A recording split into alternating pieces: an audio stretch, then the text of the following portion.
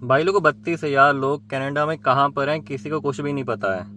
ऐसा बताया जा रहा है कि इन 32,000 लोगों के डेपुटेशन के जो ऑर्डर है वो निकल चुके हैं और उनको ढूंढा जा रहा है, लेकिन वो कहाँ पर है किसी को कुछ नहीं पता। ये बहुत ही बड़ा नंबर है, इतनी तो कुछ छोटे शहरों की पॉपुलेशन भी नहीं होती। आखिर ये सब हुआ कैसे और ये सारे लोग कहाँ जा सकते हैं, आज हम इसके ऊपर बात करेंगे। भाई लोगों रशिया के बाद दुनिया का दूसरा सबसे बड़ा देश कनाडा है। कनाडा इतना बड़ा है कि कनाडा में फ्रांस जैसे 18 देश फिट हो सकते हैं। अगर हम इंडिया की बात करें तो इंडिया जैसे 3 देश। कनाडा का जो लैंड साइज है वो 9.985 मिलियन स्क्वायर किलोमीटर। तो इतने बड़े देश में 32,000 लोगों को ढूंढा कैसे जाएगा। दूसरी बात यह है ना कि कनाडा का साइज तो बड़ा है, लेकिन कनाडा की पॉपुलेशन बहुत ही ज्यादा कम है। अगर हम कनाडा की पॉपुलेशन की बात करें तो वो अराउंड 41 मिलियन। तो यहाँ से आपको अंदाजा तो हो ही गया होगा कि इन 32,000 लोगों को पकड़ना आसान तो बिल्कुल भी नहीं होगा। इसके अलावा ये भी बताया जा रहा है कि इन 32,000 लोगों को पकड़ने के लिए 500 ऑफिसर लगाए गए हैं। अगर हम 32,000 लोगों को 500 ऑफिसर से डिवाइड करें तो हर ऑफिसर के से 64 लोग आते हैं। तो एक ऑफिसर को 64 लोगों को पकड़ना पड़ सकता है। और ऐसा ही बताया जा रहा है कि इनमें से 400 लोग तो कन्विक्टेड क्रिमिनल थे, मतलब वो लोग थे जिनका जुर्म साबित हो चुका था। बट इसके साथ ये बताया जा रहा है कि इनसे कोई इमीडिएट थ्रेट नहीं है। इसके अलावा ये बताया जा रहा है कि इस लिस्ट में 200 लोग हैं जिन्होंने अब्रॉड में ऑफेंस किए थे। तो भाई लोगों 32,000 लोग जिनको डिपोर्ट किया जाना था वो आखिर गए कहाँ पर।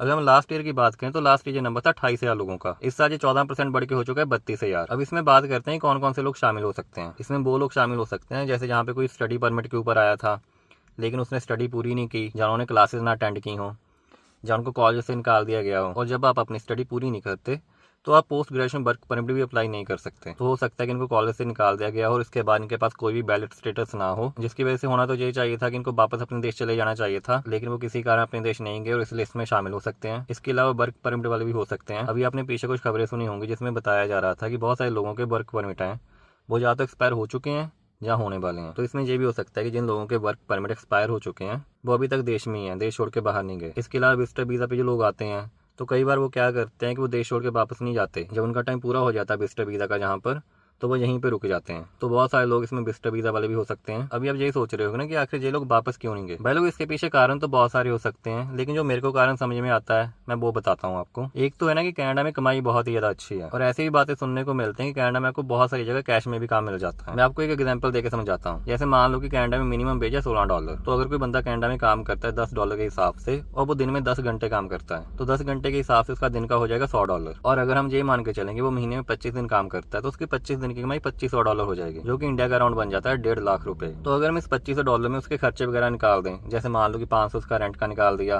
500 उसका खाने पीने का और 500 उसका ऐसे वैसे जो भी मतलब मिसक्लेनियस खर्चे होते हैं वो मान लो, तो अगर उसके पास $1000 भी बचता है तो वो हो जाता है इंडिया का 60,000 रुपए। तो अगर एक बंदा महीने का 60,000 रुपए बचा रहा है तो वो साल का हो जाता है 7,20,000 रुपए। अगर हम 20,000 निकाल देते हैं और ऐसा मान के चलते हैं कि वो एक साल में 7 लाख रुपए बचा रहा है तो 10 साल में वो रकम हो जाएगी 70 लाख रुपए। तो ऐसे में बंदा यही सोचेगा ना कि मैं कैश पे जहाँ पर काम कर लेता हूँ, अगर वो 10 साल भी निकाल देता है ऐसे तो 70 लाख रुपए उसके बच जाएंगे। और 70 लाख रुपए जब वो इंडिया लेके जाएगा तो ये बहुत ही बड़ी रकम होगी। इतने पैसे में जितनी भी उसकी जिंदगी बची होगी वो आराम से निकल सकती है। शायद यही कारण है कि जिसकी वजह से लोग इतना बड़ा रिस्क लेने के लिए भी तैयार हैं और शायद यही वजह है कि जिसकी वजह से बहुत सारे लोग कनाडा छोड़ के अभी तक नहीं वापस गए। दूसरा जो मेरे को रीजन समझ में आ रहा है वो ये हो सकता है कि बहुत सारे लोग ऑलरेडी निकल चुके हैं कनाडा से। मैं बताता हूँ कैसे।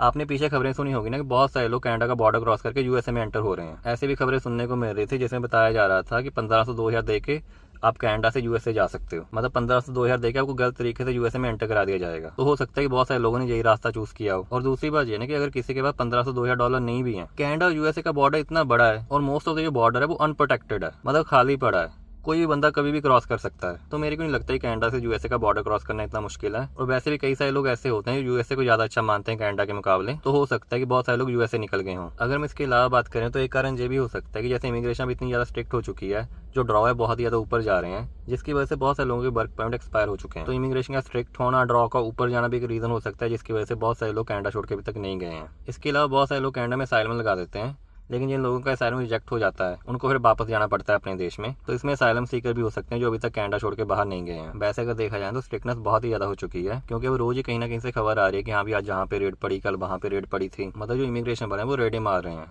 जहाँ पर भी उनको पता लग रहा है कि बंदा इलीगली है उसको पकड़ा जा रहा है। बट स्टिल 32,000 का नंबर बहुत ही ज्यादा बड़ा है। तो हो सकता है कि इन लोगों को पकड़ते पकड़ते कई साल निकल जाए। आज की वीडियो के लिए इतने। अगर आपको वीडियो अच्छी लगी तो लाइक कर देना, चैनल को सब्सक्राइब कर देना। Thank you.